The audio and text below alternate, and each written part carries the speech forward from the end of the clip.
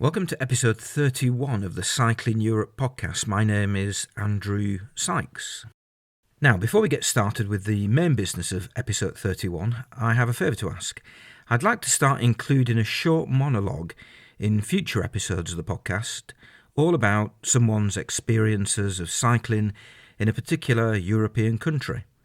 The monologue will be delivered by the person themselves. You might live in the country, or you might have visited on your bike.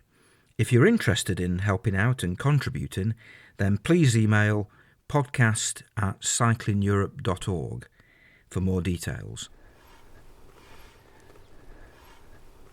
Tonight I'm staying at a place called Catgill Farm, which is very close to Bolton Abbey. You can hear my brakes. And it is full of tents. God, that looks my perfect kind of campsite.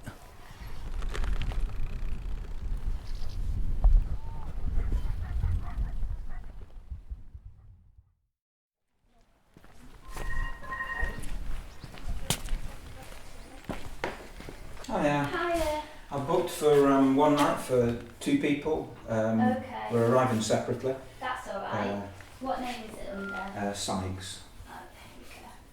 So I've got one adult here for one night. Yeah. So you haven't got a car with you, that's good. Yeah. So I'll just give you this one. So that's for your tent, so if you just wrap that around the rope on your tent. Yeah. It's just a sticker. And then that is a COVID information sheet just about our facilities and our rules and stuff when you're in there. Okay, yeah, no problem. Okay, so you're on a grass pitch, so you can pitch up anywhere on the two fields. Yeah. That was me checking into my first campsite last summer as I set off to cycle to the four capitals of the United Kingdom at the start of what was to become the Great British Cycle Tour.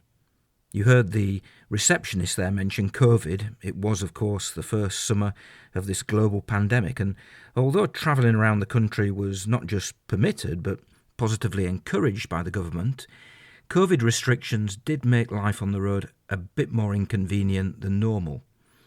I stayed in campsites for almost all of the journey from Yorkshire to Edinburgh, but I did need to book most of them in advance, and social distancing was quite strictly enforced. As I continued my journey to Belfast, then Cardiff, and then London, I continued to camp where I could, but I also made use of the accommodation sharing website WarmShowers, a few hotels, the spare rooms of friends, and a couple of YHA hostels. Despite the COVID epidemic, it wasn't such an untypical cycle touring holiday. You can, of course, watch the film of that round Britain adventure by visiting the Cycling Europe YouTube channel. I think it's fair to say that most people, me included, thought that come the summer of 2021, life would have returned to some kind of normality. Most people now, including me again, are a little less sure. If everything goes to plan, COVID restrictions will be lifted here in England on Midsummer's Day. That's June 21st, of course. But will that mean a return to life as it was pre-COVID? That seems very unlikely. It's therefore perhaps as good a time as any to investigate the options that are open to cycle tourists when it comes to accommodation. And in this episode of the podcast, I'll be doing just that, speaking to a man who has just opened a hotel that's specifically aimed at cyclists and walkers, the Youth Hostel Association of England and Wales, and an avid wild camper. But to begin this episode of the podcast, we're heading once again to Boulder, Colorado. We were last there in episode 25 when I chatted with the filmmaker Ryan Van Duzer. Boulder is also home to the cycle touring accommodation sharing website WarmShowers, and Tahverlee Anglen is the woman in charge. So my name is Tahverlee, which is kind of an interesting name. I get a lot of variations of that pronunciation. So those that want to reach me and don't know how to say Tahverlee, they can call me T. I'm always good with that. And I'm the executive director at WarmShowers. I've been with the organization for 2 years and a bit now. I believe it's been 2 years. It feels like time flies by. And I'm actually a part-time contractor for the organization. So I'm not an employee, I'm a contractor. And I absolutely love what we do at this organization. So I would say that I'm the woman behind the scenes that makes everything come together and operate the way that it is. I just wanted to ask you about your name, in fact. You mentioned it yourself. Where does that come from? What's the origins of your name? I've never heard it before. Yes, I am definitely one of a kind. My parents were hippies when I was born, and I grew up in Colorado, and most people know Boulder, Colorado. That's where I was born. My sister's name is Sunshine, if that tells you anything about my parents. Does the name Tahverlee have a particular meaning? No, I think that my parents wanted something unique and they were looking for something to express how they felt at the time. And so they created this combination of letters, which, funny enough, I am quite unique in a lot of different ways in the different things that I do and always have been in my life. So I feel like they kind of forecasted the fact that I was going to live this unique life, but not really. They tell me I'm a love child, and so no kid really likes to hear that. So. And are you, this is a bit of a loaded question, but I'm hoping I know the answer, but are you a cyclist? I am. Yes, I'm a cyclist. Yes, I'm more of a casual cyclist. For me, it's a way to escape and put the wind on my face and move my body and be in nature and connect with others. It's a part of what I say. It's my version of therapy. It's my version of being grounded. It's my version of releasing the constraints of what we do day to day. I mean, you and I are both sitting here, even though we're in different parts of the world. We're sitting. I sit for a lot of my day, and I work a lot of hours. And so I feel like for me, cycling is definitely it's the part of me that allows, like, it just feels freedom. It's just freedom for me. Have you been involved in cycle touring at all, or is that something that you have yet to discover the beauties of? I have yet to discover the beauties of, especially long touring cycling. I mean, I have so many connections in the area that I live. So if I need an overnight stay, I'm typically staying with friends and family. And yeah, I have toured a lot around the world with different projects and different work that I've done. A lot of humanitarian work from different parts of Africa to 16 different European countries. I've been all over the world with a variety of projects and have done a lot of work in the community, not necessarily on my bicycle, but I have experience the community aspect piece of it in different ways, which is what really attracted me to apply when this job opened in the first place, was the idea of connecting all over the world on a shared love of something that's really freeing for everyone. For anybody who's never heard of Warm Showers, and I can't imagine there are many people who are interested in certainly cycling touring, who aren't or who don't know about Warm Showers, but let's imagine there are some people out there. Can you define what Warm Showers is, what it does, and also how it came about? What are its origins? Our mission is to promote and provide reciprocal hospitality for touring cyclists. And within that mission, our scope is really around providing the technology that allows touring cyclists to connect with hosts. And so users join our organization to either be a host or to be on tour, or oftentimes it's a mixture of both. And our organization really started because there was a group of cyclists that were doing this. They were exchanging information on their trips. They were managing it in an Excel spreadsheet, and many of them were coders. So they started developing what is now the website that you see. Actually was originally started by a group of founders that had technology backgrounds that created a lot of the coding that we still actually have today, which is interesting if you think about it. And they were all volunteers. They built it up. And when it became too big for an Excel spreadsheet, they moved it into a database, and then that database has continued to evolve, where we currently have more than 185,000 registered users around the world. It is free to join, basically, although you do encourage donations. Obviously, like any organisation, it has costs to cover, but essentially it is a free accommodation sharing website. Interesting that you say that, Andrew. About 8 months ago, we did roll out a one-time new user fee, but we grandfathered in everybody that had a current account. So anybody that had been registered with Warm Showers will incur no charges. They can access their profile free of charge. And what we did do is create a $30 one-time lifetime registration fee. And part of that was Actually, the majority of that was because we needed to build a sustainable model for how quickly we're growing. And our growing costs of technology continue to rise. And we do definitely accept donations. And this organization has, even with the user fee, we are still powered by the donations of our users. And if you think about this, to put it into perspective for you, less than 10% of our user base donates. So when you look at, you I'm sure have had lots of experience with different nonprofit models, right? What's sustainable, what's not sustainable, and we know that technology for a nonprofit is super expensive, and so we run very lean as it is, and as our technology costs rise, we needed to put something in place that would allow us a more sustainable model to cover those costs and to continue to keep up with what technology is changing into and what our users want. So the organisation itself, does it have an office? Does it have, you are a contractor, you obviously provide services to Warm Showers, but is it still essentially something that exists online in the ether? Yes, exactly. We're 100% digital, which is part of what I mean when I say we run a very lean organization. We don't have any overhead costs to what we do. I work remotely. I work in various places. If I'm out riding, I'm still working. I've spent a lot of time in the mountains. Our board of directors are located all over the world, and so we are able to continue to do what we do, built on this model of not having a physical footprint. We only work I like how you say in the ethers. That's great. And the people who originally came up with the idea, I think it was a couple of Canadians, is that right? I know that you mentioned that earlier. I actually am not familiar with who they are, the originals. I know the founder that our records dictate and who I've spoken to. His name is Randy Fay. Many of you will know him. He was around for a really long time. He sort of stepped from a volunteer into a paid staffing role at some point, and Randy did a lot of this. I mean, Warm Showers has built on the work of what Randy did, and I like speaking to him. It's been quite a pleasure for me to see the work that he's done be carried on today, even if he's not involved in the organization. My research was done on Wikipedia, so it could be entirely wrong, but there we go.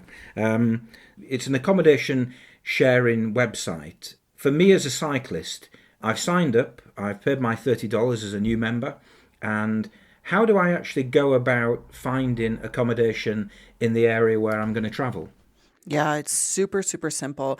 And we have two ways people can access their profile now. We have a new app, an in-house app that we've developed that is an optional, it is an upgrade. So there's a small monthly fee so we can upkeep the app. That's an optional use of, especially when you're on tour, because it has a lot of cache options when you're offline. But you can always access your account through your browser. And what you do is you log into your account and you're immediately going to have access to a map. And that map is going to reflect where you currently are in that moment. And it's going to give you a variety of other users that are located in that exact area that you're at. And all you have to do is click on that little pin you see on the map and you'll see a profile of another user come up, and you can send them a message and say, hey, I'm 10 miles out. I'm going to be there. I'm going to be in the area around 5 this evening. Are you available? And it's as easy as that. We have a map with where people are located, and you can also search by address. So if you can anticipate where you're going to be on your tour, you might say, oh, I anticipate I'm going to ride 20 miles a day. So a few days in advance, you may start, contacting hosts to see who might be available. And you might have to try a few because not all hosts are available all the time. And send them an email and they come back to you. And that exchange between someone on tour and the host is the crux of what we do. So our technology is constantly evolving to improve that process. And we get a lot of feedback from users around that. Like if there is ever a technical issue between that service of contacting a host, like that's our priority. That's where we put our time into, because that's why people come to the site. That's why they become a user. And then, of course, all the benefits of connecting with hosts and the community that's built is secondary. But the technology piece of how that operates is super important to us. And we were saying just before the podcast started recording, for me, one of the nicest things about Warm Showers and what makes it far better than a site like, for example, Couchsurfing, is the fact that you meet people and you immediately have something in common with them because you're both cyclists. Usually you're both touring cyclists, and there's immediately something that you can talk about, you can swap stories, and I think that is really what makes Warm Showers stand out from, in inverted commas, the competition. Yeah, it's incredible. You know, we have a podcast similar to yours, and we have stories from the road that we share in our newsletter, and we have posts that go on our blog. And the most impactful part of this work with this organization is what happens when two people that are, or two families or two individuals that are interested in cycle touring connect, through hosting or touring. It's amazing the type of impact it has on people's lives to meet others, especially if you're touring in another country, in a different culture, and you're experiencing life in a different way. And there's somebody that comes along your path and gives you a place to stay or tips on where to go. It's life-changing, and that fuels, for all of us, for the board, for myself, those of us that do this work in the background, it fuels everything we do because we just know how impactful that is on someone's life. Has it been a challenge, or is it a challenge, to maintain that original ethos of the organisation as a friendly, non-commercial, simple idea? Is that something that's increasingly difficult as you gain members, as the organisation grows? You said, 180,000 people now involved. Is it quite a challenge to maintain that friendly ethos with so many people involved? That's a really good question. And it's something that we talk about often in our communications with our community, because we know that the role that we fill in providing the technology for those connections to happen is critical. And we actually don't have members, right? People are users. You're not actually a member of the organization. You just have a user account on our technology. We keep that end goal of everything that we're talking about in mind in all of the decisions we make, although this idea of reciprocal hospitality is reflected in the way that this organization operates. There's a lot of challenges that come with that. One of them is that in different parts of the world, there's not the same type of nonprofit model that there is in the United States, because WarmShowers.org Foundation, which is our true name, is a registered nonprofit organization in the U.S. And other parts of the world don't necessarily understand what that means. In fact, there are some countries that can't donate to a U.S.-based nonprofit organization because of their own country's restrictions on what classifies a nonprofit organization. So sometimes that ethos of us bringing in and becoming sustainable, needing resources to provide that technology, how that relates to what users know about how the operations go is sometimes just not always understood. So I would say that sometimes is difficult for people to understand. The method behind what we do always comes back to it, right? Like, our vision is to have a long-term future where everyone has the opportunity to tour and connect with a host along their path. I mean, our goal is, millions of connections possible through Warm Showers technology. So we hold that vision very, very closely. I think that any of the questions that have come up around, promoting free reciprocal hospitality because we've added this new user fee in has come up, as a question. Is it free? Well, hosts are not allowed to charge, so it's still free for touring cyclists. And, we don't ever anticipate that we are a person's entire package of their tour, right? Most people have other options along the way. They might have a hotel, they might camp, they may stay at a hostel. We fill a part of their role. We have never really seen ourselves as being able to plan your entire trip and rely entirely upon Warm Showers for all of your trip planning. We're just we fill a role within that. And that ethos still is the same. Reciprocal hospitality is the core of what we do, even if we need to have reserves to keep that technology possible for that to happen. Yeah, and that's actually an interesting point you make about mixing it up with other forms of accommodation, because I think, hand on heart, I wouldn't want to stay with other people every single night of a trip. I think it's nicely exhausting when you do it, but after you've cycled for a long distance, you meet people, you have good conversation, you might have something to drink, something to eat, and it's a good social event. But it would be like having a social event every single night of the week. And I think it's quite useful to mix it up with other things as you're travelling. And some nights you might just want to kind of put your tent up and just speak to nobody and eat your whatever, and then head off to sleep. When I speak to people about Warm Showers, they are universally supportive. They think it's a fantastic thing.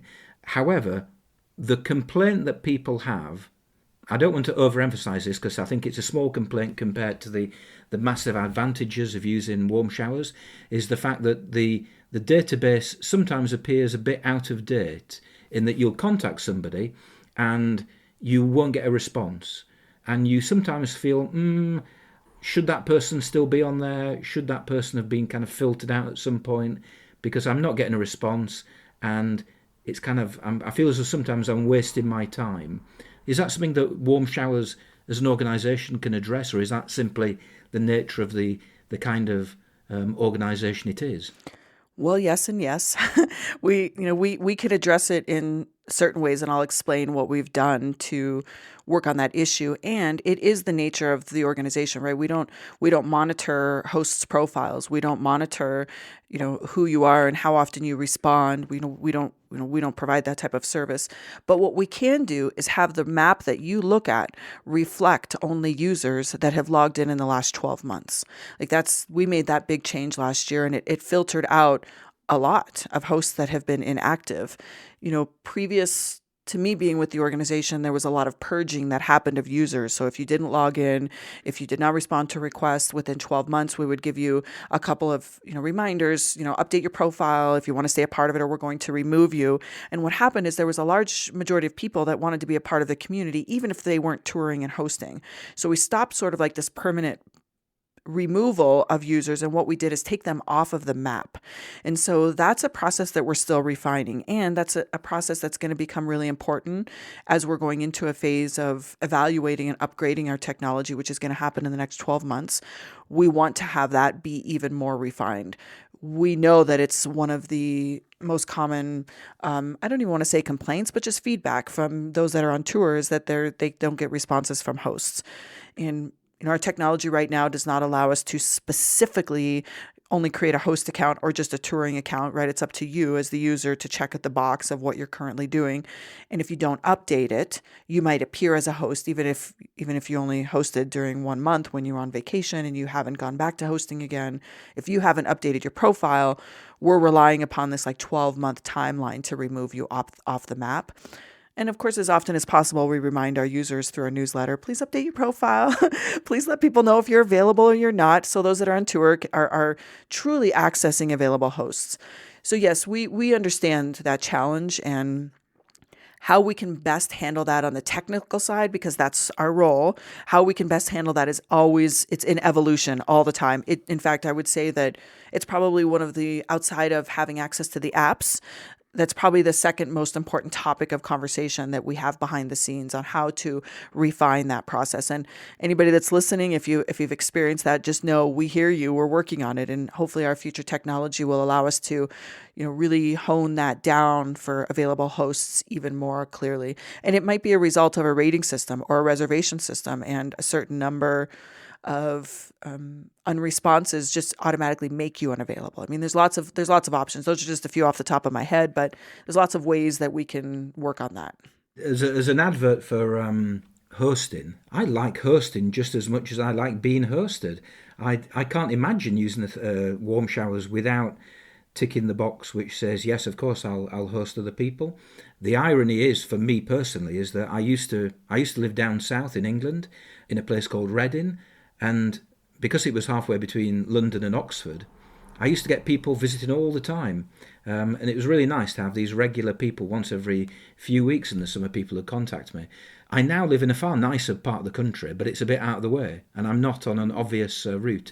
And I think I've hosted one person in the last couple of years, which is a real pity. So, but hosting is really good fun, and it's if you've been at work all day and then you meet one of the people who is cycling in the evening, it's just a really nice thing to do. It's a very relaxing way to spend the evening and kind of get engaged in cycle touring again without actually having to get on your bike. So no, I'm a real fan of hosting. The C word cannot go without being mentioned. COVID. How has that impacted on warm showers, and how do you think that will impact over the course of the next 6-12 months? Good question. Well, we know that long tour cycling is obviously restricted in a lot of parts of the world. And yet, most of our users are finding creative ways to stay on their bikes. We hear stories. I mean, literally every single day, either in my inbox or in my social media, I hear a story of someone that's doing something in a unique way. So for example, we have lots of hosts that have contacted us and said, hey, can you create a whole change in your website that allow people that have just outdoor space that can be available to somebody that's touring? Can you create a whole new space so we can create that category so those that are touring during a pandemic know what's available?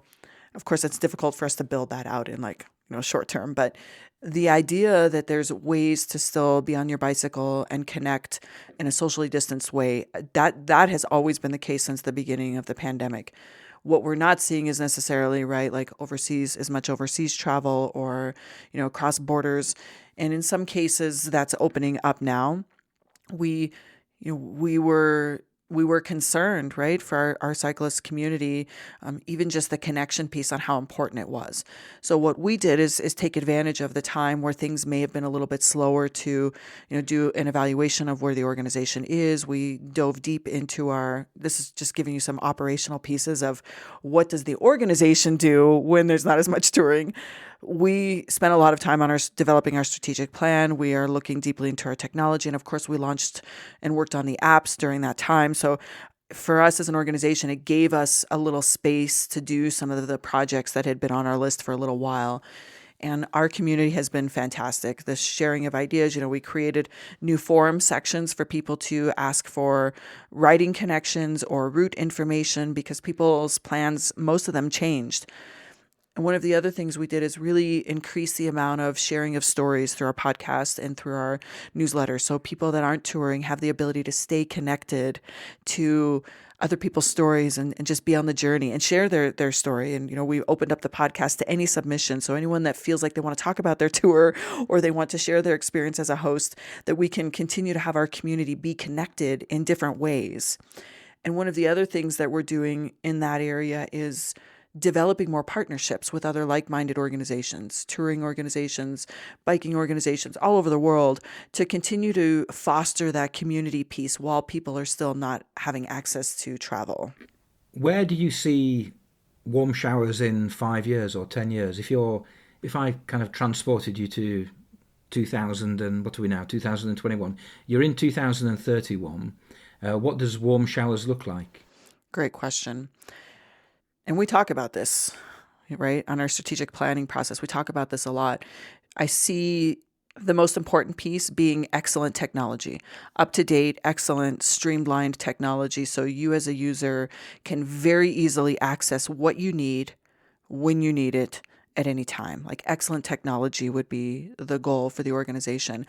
And I also see that the priorities of the organization, because we're pretty tech heavy in the work that we do right now as an organization, that we switch that to be more partnership building, more community sharing, and have the technology piece be flawlessly running while we can focus more on the community piece. So I see that transition will take place in the next 5 to 10 years, which is super exciting. And that's really what everyone is here for.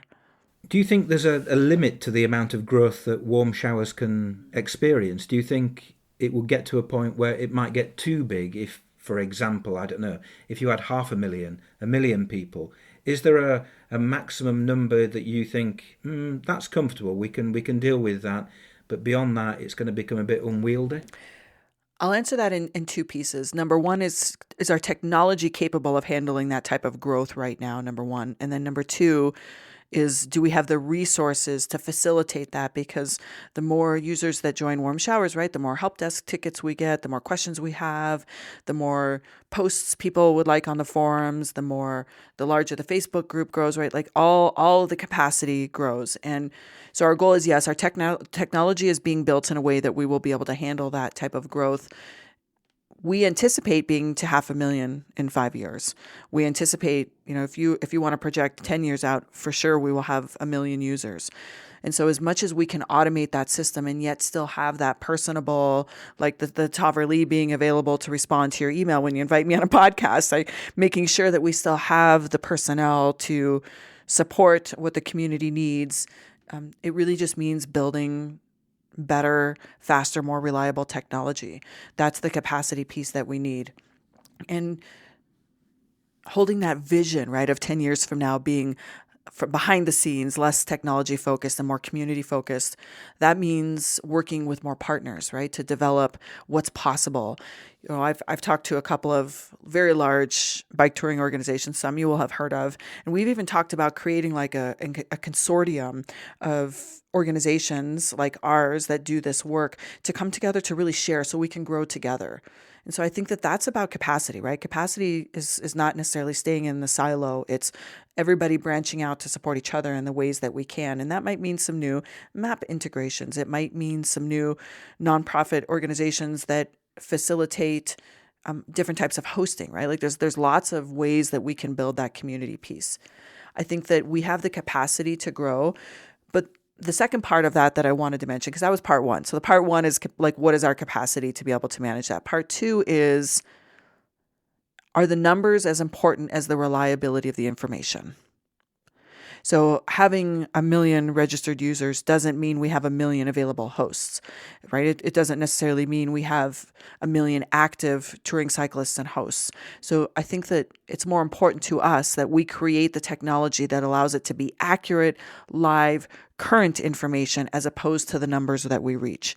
So I suspect that as we continue to grow, that's always going to be the constant balance of, if you're touring this year but you don't tour for 5 more years, how do we continue to engage you in the organization, but not necessarily let that take up space, time, and resources of the organization.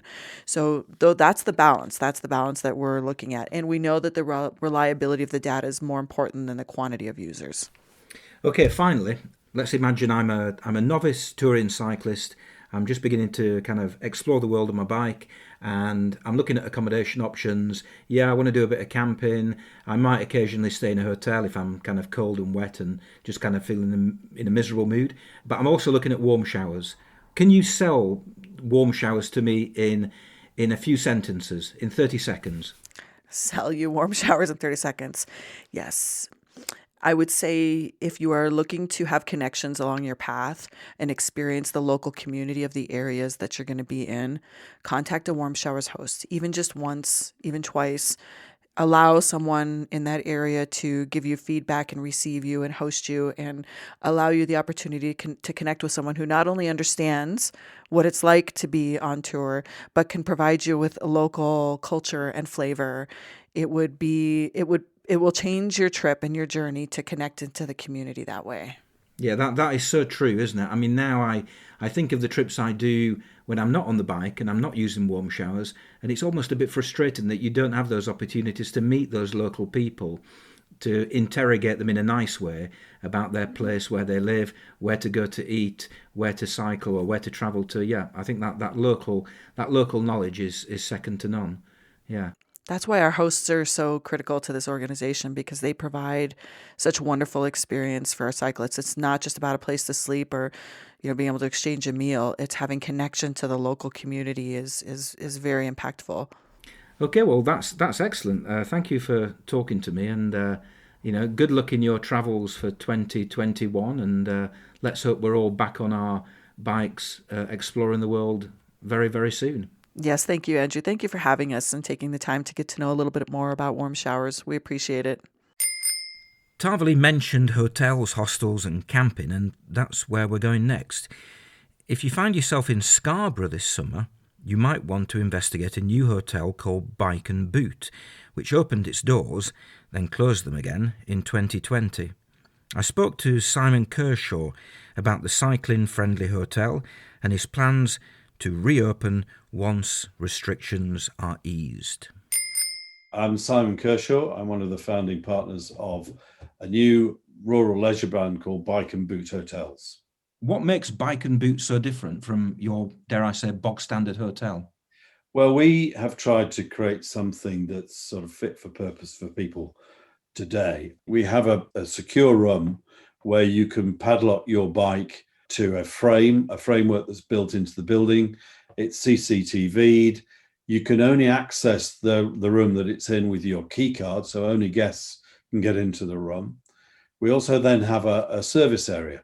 So we've got a cycle tower, a service tower, which has all the different spanners, screwdrivers, all the bits and pieces you need to tweak your bike. It has an air pump.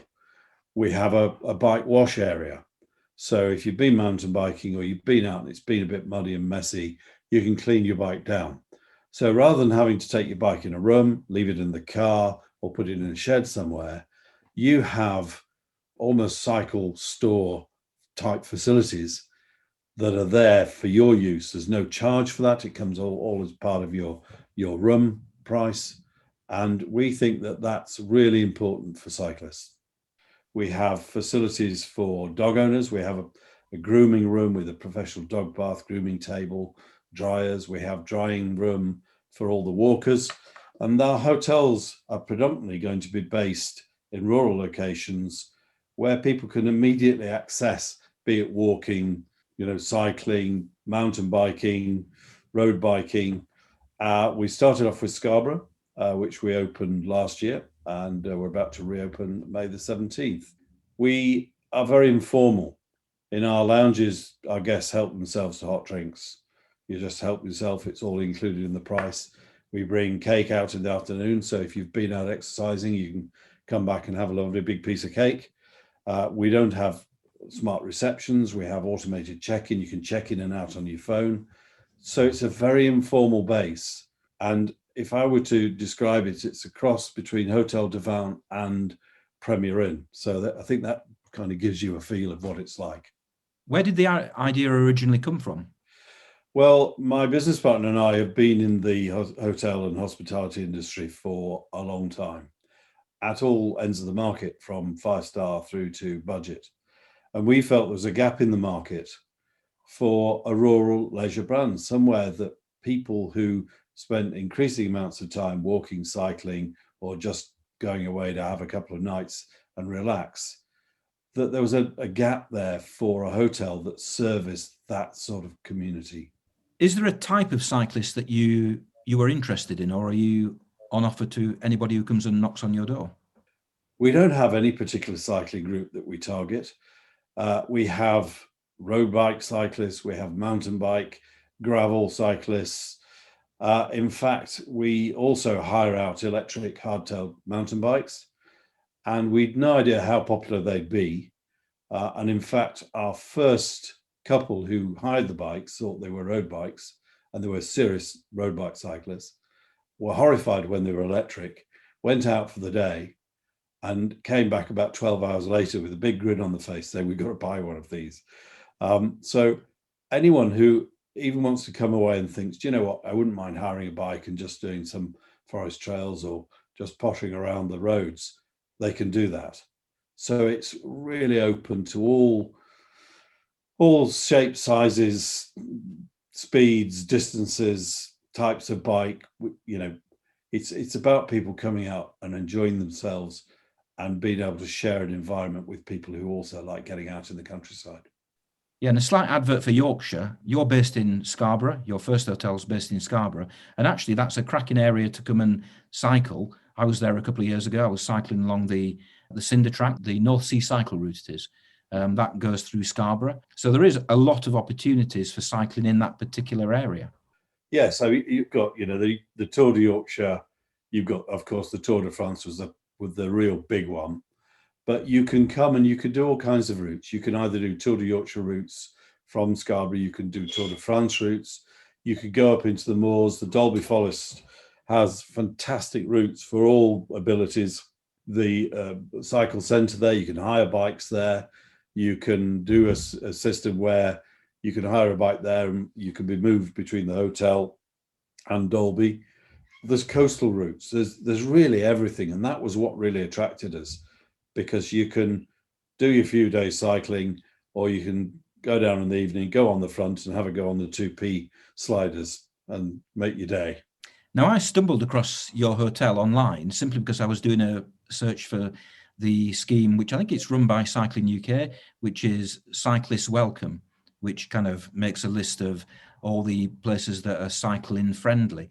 But your place stands out simply because you don't just welcome cyclists, but you actually go out and, for goodness sake, it's in the name of your hotel, Bike and Boot. Do you know of any other hotels, either individual or chains, which are doing what you are doing, or are you a unique standalone operation? Well, of course, there are lots of B&Bs and pubs and hotel groups who will welcome cyclists, and you can take your bike into the room with you, or you can put it in a shed or something. But to our knowledge, there's nobody that sets out to the degree we do to provide facilities as extensive as ours that are purpose made and built into the fabric and the purpose of the hotel existing. And that really, we understand, sets us aside. And in fact, we've had interest from both national papers in France and Germany who have written about the brand, saying, when are you coming to France and Germany? Because we think we know about cycling, but we haven't got any hotel that resembles anything like this. So maybe we've struck lucky and hit on a theme that might just work. But you do have plans to expand within the UK, don't you? Yes, we're looking at, in fact, we've started building our second hotel in the Hope Valley in the Peak District, which will open next year, March 15th. We're working at planning stage on hotels in Sherwood Forest, Forest of Bowland. We're looking at Cotswold Lakes near Gloucestershire, the Brecon Beacons. So we have about 8 or 9 sites that are at a planning stage at the moment. And the idea is that people will be able to go to the different hotels in the different area. You'll know what you're going to get, and you'll know what to expect. And it'll be quite fun just to almost tick them off as you go around and spend your time cycling and walking. And I'll be honest, when I first looked up your hotel and looked at the website, I thought, wow, this is kind of top end stuff. And I'm sure if I came, I could spend a fortune if I had the money in terms of being wined and dined in some of your best suites. But you mentioned before we started recording, actually, it's not that expensive at the basic budget end. It is relatively inexpensive for a hotel. Yeah, I think that there's a misconception. People go, what star are you? Well, we're not. And they say, what's your demographic? That's a favorite thing that everyone quotes at me. And I go, we haven't got one. Because you can come and stay in one of our smaller rooms for £65 a night, room only. Or you can stay in a grand suite overlooking the coast for £180. But the thing is that our small room still has interactive TV. It still has a proper coffee machine, a fridge, a mini bar, a room safe, a power shower, a double bed. So the only difference really is the square footage of the room. So if you've been out doing your exercise all day and you come back and you just want a bed to crash in, then a £65 small room is perfect.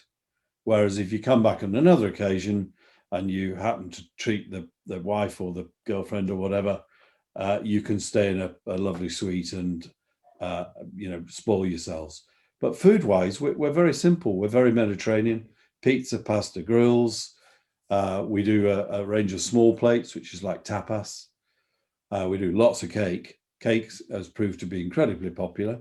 So lots of coffee, cake, cocktails. So it's about somewhere where you can go and have fun and not have to worry thinking, well, I'm going to pay for this for the next 6 months. You might pay for it after the cake, but not the money. Yeah, that's kind of that's the holy grail of cycling, isn't it? A bicycle, cake and coffee. It's the 3 things that go together. What are your plans for reopening over the next few months then, during the reopening period for COVID? Well, we are aiming to reopen on May the 17th if everything goes to plan. I think COVID-wise, obviously everyone got used to it in the last summer when we opened in July, and we were open till the end of October. So the staff and our systems and processes were developed and honed then, and we're pretty much going to stay with that. So, the groups of 6, the social distancing, the masks, the sanitation, the deep cleaning of the rooms, be it the public rooms or the bedrooms. And I think that a lot of the things that we've adapted during COVID will stay with us forever now. I think in winter, people will wear masks when they go into public places. I think that certainly the hygiene standards that have been introduced in hotels and pubs and restaurants, cafes, I think they're with us for good because they make sense. So we're taking every step we can to make sure that our guests feel safe and are safe, but also our staff, because they're every bit as important to us as the people who stay with us. You mentioned that you're reopening on the 17th of May, if everything goes to plan. Hopefully it will. And on the 23rd of May, there's something called the Velo to Velo Sportive, which is taking place in Scarborough. Is that right? And I think you're involved in that. Yes, it's going to be run from the hotel. It's a great event, actually. And, well, a great event. We've not actually done one, but I hope it'll be a great event. And it's open to all standards of riders. So, it doesn't matter whether you're an international caliber or whether you're someone who just likes to huff and puff up a hill, as I do. So that'll be our first proper cycling event. And we have quite a few cycle groups booked in throughout the summer, actually. Groups of friends, larger cycling groups who are coming from far and wide, and they're staying for 1 or 2 nights, and mainly to access the routes that are around Scarborough. So we're really looking forward to that. And I must say, last summer, it was a bit like Crufts meets Tour de France on a Friday night when everyone was checking in, because there were bikes everywhere and dogs everywhere. And it was a great atmosphere. Yeah, it sounds a wonderful idea. And next time I'm in Scarborough, I shall certainly look you up and try and book myself in. So, yeah, well, good luck with the reopening, and hope you have a busy summer. Thank you very much. We look forward to seeing you. Bike and Boot is a new kid on the accommodation block. The Youth Hostel Association, in contrast, has been around for over a century and is still going strong. It's weathered many storms over the years, from world wars to foot and mouth disease. But for an organisation that prides itself on bringing people together to share their experiences of the outdoors, social distancing is a particularly bitter pill to swallow. Simon Ainley spoke to me about how the YHA works with cyclists and how the association will function post-COVID. I'm Simon Ainley, and I'm YHA's Head of Capital and Revenue Fundraising, and I'm also a cyclist. Right, well, that's the key thing. You've been a cyclist, because obviously we're talking about accommodation options for cyclists. Now, I'm quite a regular user of YHA hostels. A lot of people probably aren't, and a lot of people have probably a certain image of a YHA hostel. And I think whenever I go to one, it's nothing like what probably most people think of it as. So can you perhaps start by talking about how the YHA hostels have changed over the course of the last 20, 30 years? Yeah, absolutely. Well, I've worked for YHA during those 20, 30 years, and things have come a long way. When I first started working up in Yorkshire, chores were expected to be done by individuals staying to keep the costs down, and dormitories were the standard fare. YHA has worked extremely hard over the years to improve the quality of accommodation offered and invested huge sums of money, actually. And now we have ensuite accommodation, in fact, in many of our youth hostels, as well as traditional self-catering facilities as well. And of course, things that cyclists regard as essential, such as drying rooms. So although there is a dated perception of YHA, the reality is quite different, and we've come a long way in a relatively short period of time. So in terms of cyclists, what particular accommodation do you aim at cyclists, as well as obviously the general public? But there are things that you do which I think are particularly useful for cyclists. Could you just talk through those? We've always felt that we were one of the natural places for cyclists to stay, whether they're touring or undertaking an event, or just out for the weekend away in somewhere like close to me here in the Peak District. And we have always offered cycle storage at every hostel, and with support from the Department of Transport more recently, we've worked hard to improve the quality of standards at our hostels for cyclists. So much better security. So cycle stores have improved lighting, improved locks. Bikes are much more secure, recognising now that the average bike, well, not the average bike, but many bikes can cost well in excess of £1,000. And they are people's pride and joy. So we're very conscious of security. In addition to making sure that they are secure, we have things like track pumps at all sites, toolkits available for people to borrow, and they're pretty comprehensive park toolkits, so you can undertake some fairly major work if you know what you're doing. to get you back up on the road again or out on the trail, and to a bike shop if you need more professional assistance. Have water refill stations at all our hostels now. So literally, if you're running out of water, you're close to a hostel, just remember, if it's open, I can pop in and refill my water bottles. That's fairly standard at all of our sites now. And we have some extremely knowledgeable staff who are very into the outdoors. And in terms of the accommodation itself, it's more than just dormitories, isn't it? You offer other forms of accommodation which might be more traditionally associated with cyclists.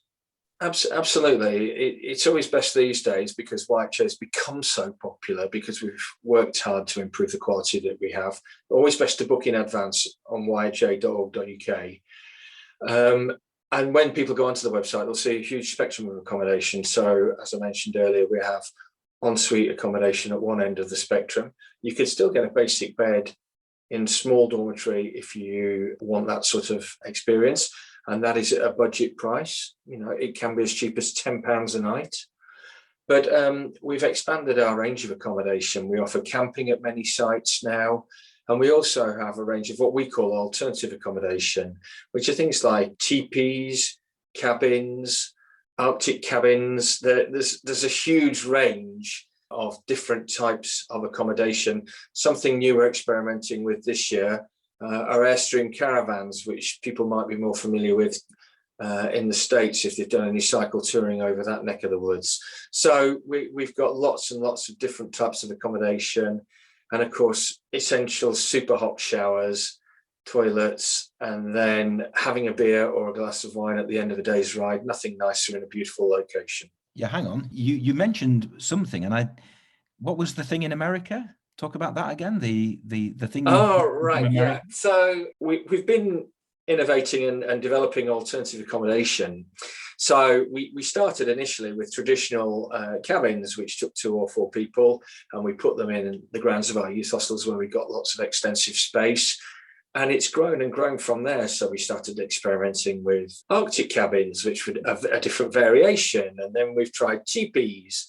And we've got bell tents, and this year we're trying for the first time Airstreams. So Airstream caravans are something that have come over from the States, and we are the first, I think, to get them pretty much in the UK. So if you can envisage maybe 50s retro stainless steel tubular type caravan, you're not wide of the mark there. So go to yha.org.uk and you can check them out there and see them in their full glory. We're hoping they'll be ready. A few sites, we're testing them out this year, see how popular they are across England and Wales. And we're hoping to reopen subject to no more restrictions coming our way, 15th of May. Yeah, I suppose that kind of accommodation is already socially distanced, isn't it? If you're staying in a camping pod and you're in your little bubble of people, could be your family, could be perhaps you and your permitted number of friends, however many friends it is nowadays, and you stay in one of those options outside in a cabin in a, what were they called again? Airstreams. Airstream. Okay, I can kind of envisage them, but I'm going to go on the website and have a look.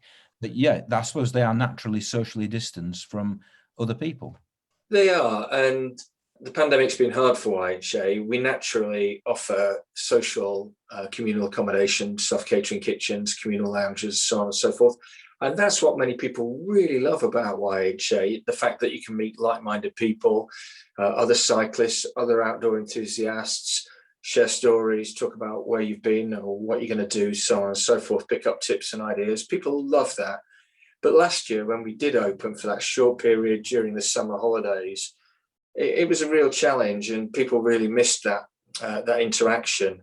But with our alternative accommodation, it does enable us to spread out into our grounds, and we've got many acres at some sites, and it's a great way for us to utilise those grounds. So they are naturally separated, and people can split into their social groups, as it were, and people love it. I mean, the quirkier the better, almost. People come back with stories to tell, from epic trips that they've had, and it's something we're continuing to evolve. I'm going to play devil's advocate here because one frustration I sometimes have when I'm looking to perhaps visit a YHA place or a place where there is a YHA, and I think, beautiful, excellent location for the YHA hostel, and I look at the pictures and there's a load of grass outside, and then I look on the website and there isn't a camping option at the YHA hostel. Are there things that are preventing you from embracing camping more widely amongst the hostels? There are sometimes regulations that we're obligated to follow and local restrictions which impact on what we're permitted and allowed to do at a specific location. And I think we have to be sensitive to, well, in some instances, local people, in some instances, not overcrowding particular sites and spoiling the experience for people. We do now provide camping in far more places than we did a decade ago. I think you'll probably find heading towards 50% of our network now, we've got either alternative accommodation and or camping. So it's evolved a lot over the years. And again, so check on our website.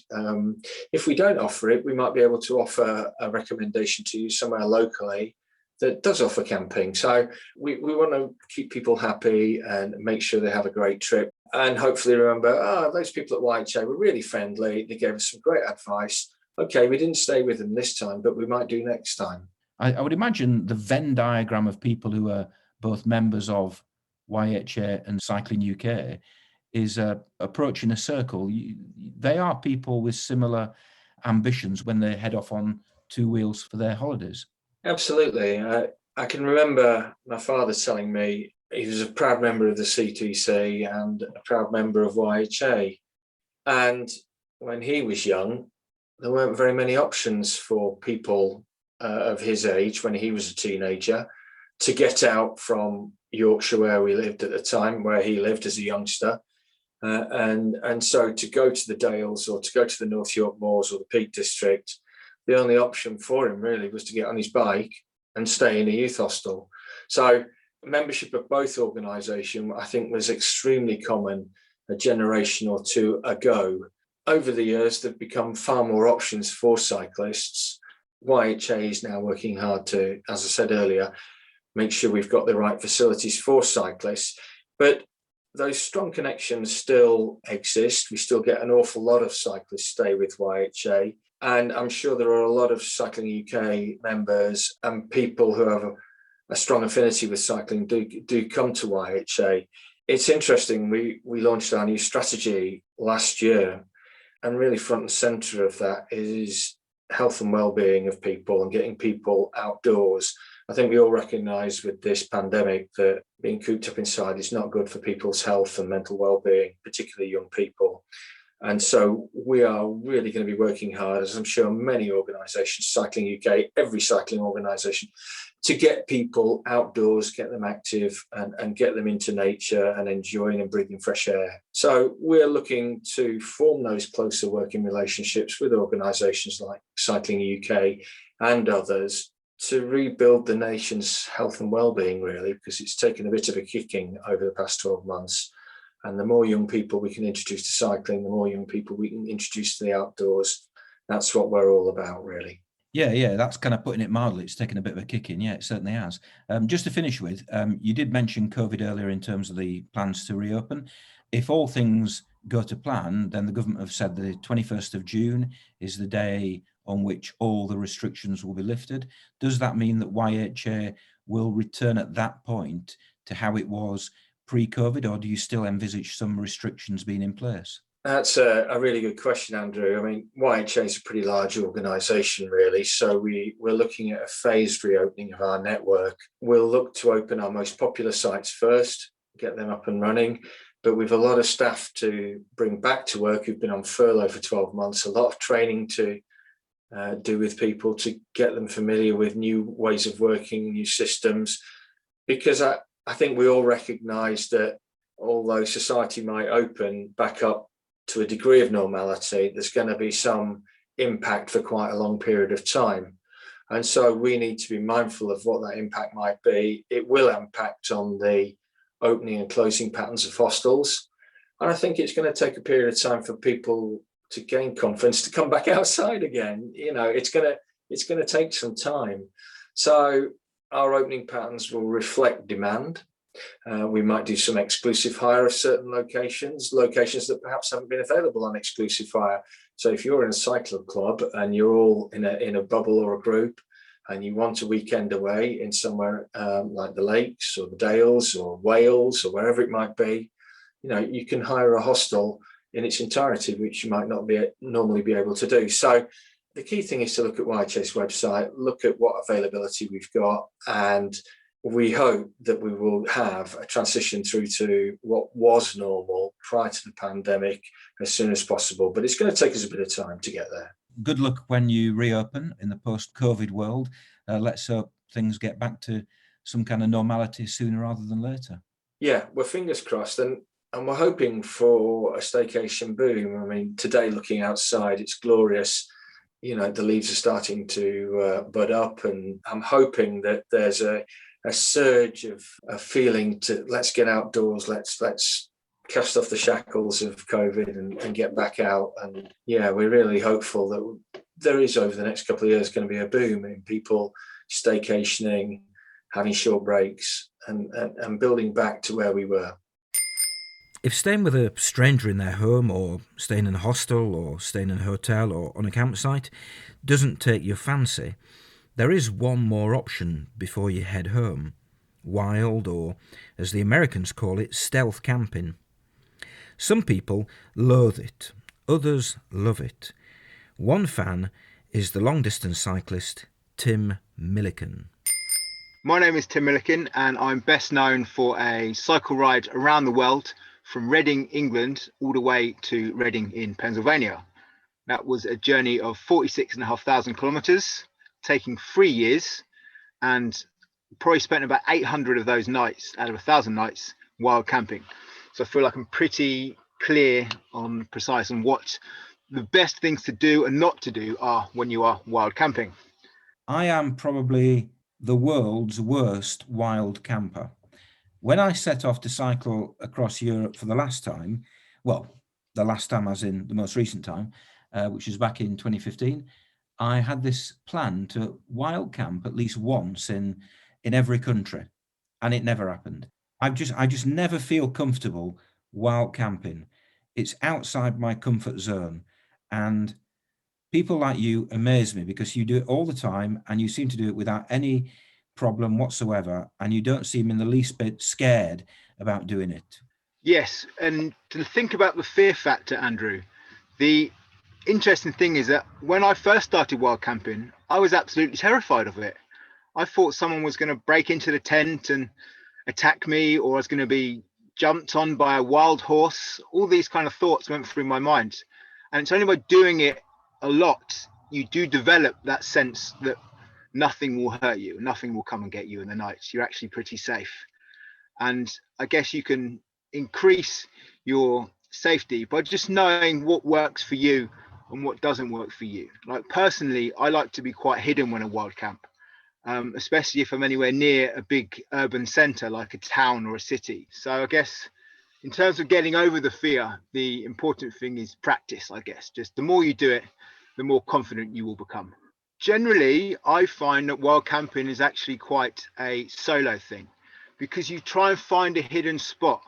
You try and find a spot that ticks all your boxes. For me, I'm looking for something that is quite remote, is flat, is beautiful potentially, is out of the wind maybe, because I'm looking for somewhere I can have a good night's sleep. So somewhere like in Australia, you can pull off the road, go 200 meters into the bush and nobody can see you, and it's flat and it's perfect. But there are times when you do happen to stop and you might see another tent and a bike on the side of the road, and you might fancy a chat with that person. You can go in and say, how's it going? But often I find wild camping to be quite a solo experience, especially if you are traveling alone. If there is more of you, obviously you can make a little campsite somewhere.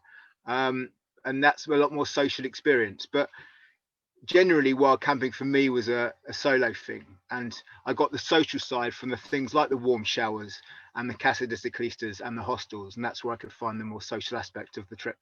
When you're camping in a campsite, you kind of my days would tend to be, if I haven't booked accommodation in advance, you set off in the morning, and for the first half of the day, I just don't think about it. I don't worry about it. And then it begins to play on my mind later in the afternoon. And then, at some point I'll stop and look and find a campsite and sort something out and decide where I'm going to go. And usually, if you're a lone cyclist, you don't need to book it in advance. You can just rock up and stay there, no problem.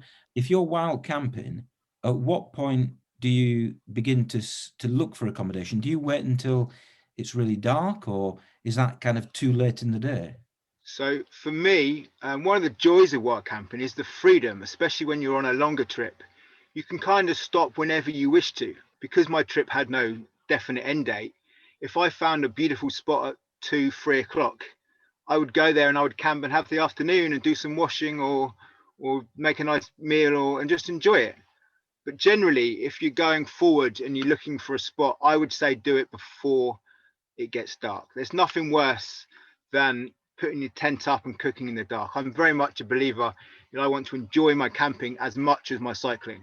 So I will probably start looking around about, say it gets dark at 6, I'd probably start looking around about 4, because it can take a while to find that perfect spot that ticks all the things you're looking for. You don't want to be caught out with a spot that's not very good because you've rushed it. And that does happen sometimes, because either you're enjoying the cycling or you just don't find a spot that's adequate or safe or secure or what fits what you're looking for. What you will find that's really interesting is every time you pick a spot to wild camp, you'll find a better spot 10 kilometers down the road that you could have made. But that's just part of the joy of wild camping and the freedom that it allows you to have. One of the main reasons why I like a campsite is the fact that it has things there that you can use, washing facilities and toilets.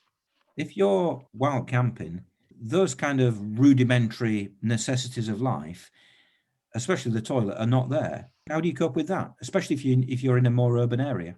What you need to really look for and think about is the principles of wild camping. And a really key one is obviously to leave no trace.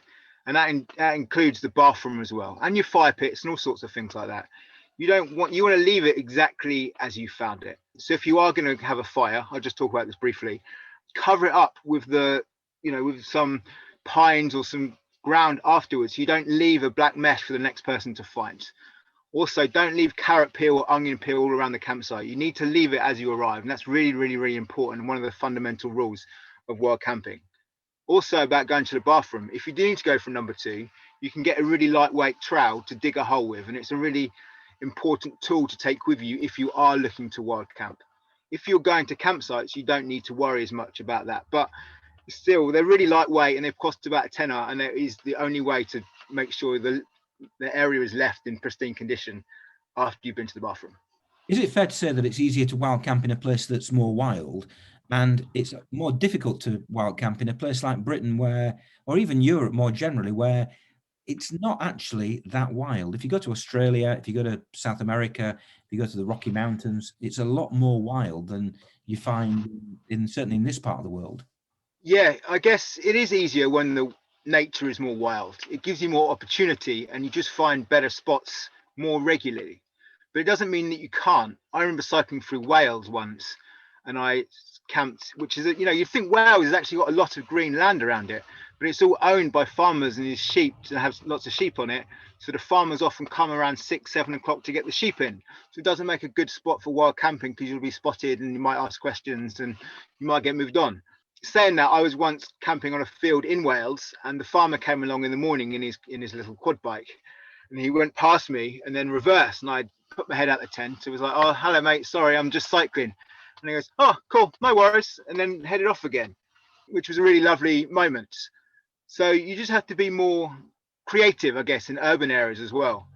I mean, I remember camping once in Sunny Beach in Bulgaria, and it's a very, very touristy part of Bulgaria. Lots of nightclubs and people around going partying and things like that. Brits and all sorts of people go there. But I found a little ledge that was maybe up high, so it was out the way of everywhere else. Put my tent there. I could go down and enjoy the party scene and then come back up to my tent in the evening. So yeah, you just have to be a lot more creative and just, probably, as we said earlier, maybe start looking a bit earlier for the right spot, because they're going to be less available in urban areas and in Western Europe as well. Apart from in Scotland, and I think in the Lake District above a certain height, it's not actually legal to do it in most of Britain.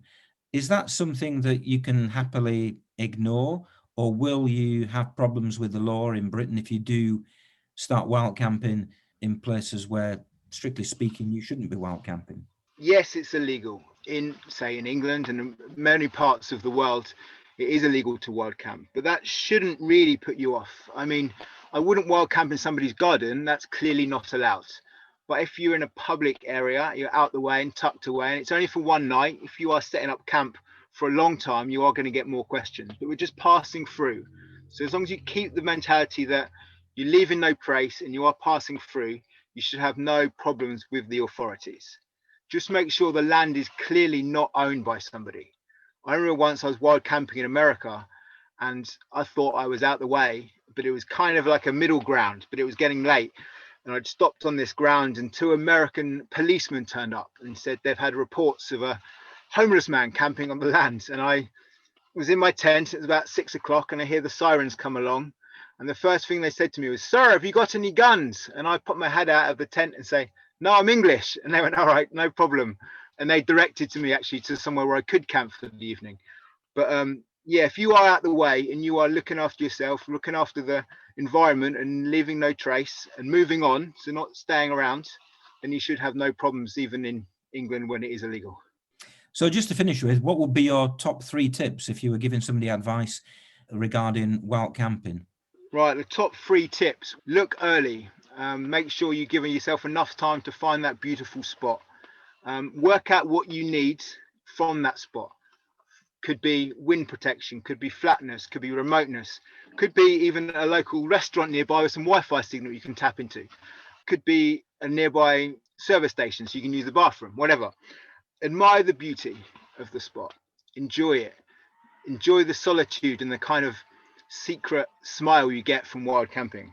And also make sure you leave no trace so it's available for the next person to come and enjoy once you've left. And don't geotag it either. That's another thing, because you kind of want it to be a surprise. And there's a really lovely thing about stumbling onto a beautiful spot where if you're heading somewhere directly to wild camp that someone else has recommended, that kind of can get quite spoilt very quickly. What is your most memorable experience of wild camping? Okay, I've got 2 which I'm going to deal with very briefly. So in terms of being creative, I once needed to be out of the wind in Argentina. So in Patagonia, the wind blows at 50 miles an hour, and it means putting up your tent is impossible. And if you can put the tent up, you can't sleep. So I found a little storm drain underneath the road. So I put the bike down, crawled into the storm drain, rolled out my mattress, rolled my jumper up as a pillow and slept in there. And that was a really, really perfect wild camp for that night because I was out of the wind. And even though it did feel a bit weird sleeping in a little storm drain, but it was a memorable one for sure. Another one would be, for a complete opposite reason, would be in Kyrgyzstan. And me and my partner at the time, Finola, cycled down this mountain, 2,000 meters down from the top of the pass, Alabel Pass in Kyrgyzstan, into this beautiful gorge. There was a fresh water stream running by. We put the bikes off to the side into this lovely green and shady woodland, and we camped there for a night, and it was absolutely magic. So it was a real memorable spot, just as we just stumbled across this wild nature, and it was one of the things that you remember forever. Yeah, that sounds absolutely idyllic. And if people want to know more about wild camping, I would imagine is wild camping featured quite a lot in your book, Reading to Reading, A Bicycle Journey Around the World? It is, yeah. I talk about some amazing places that I've wild camped and just the adventure of 3 years on a bike and the different camp spots and shenanigans that I might have got into. So I recommend you all check it out. It's available on Amazon and on my website, timmillikin.com. So that's been episode 31 of the Cycling Europe podcast. I'll post all the relevant links from this accommodation-themed episode of the podcast to cyclingeurope.org. Thanks to Tahverlee, Simon and Tim for contributing to this episode. If you'd like to contribute yourself to a future episode of the podcast, especially if you have something to say about a particular European country, because you live there or you cycled there quite a bit, then please do get in touch. Email podcast@cyclingeurope.org. So until the next episode of the podcast, that will be episode 32, stay safe and happy cycling.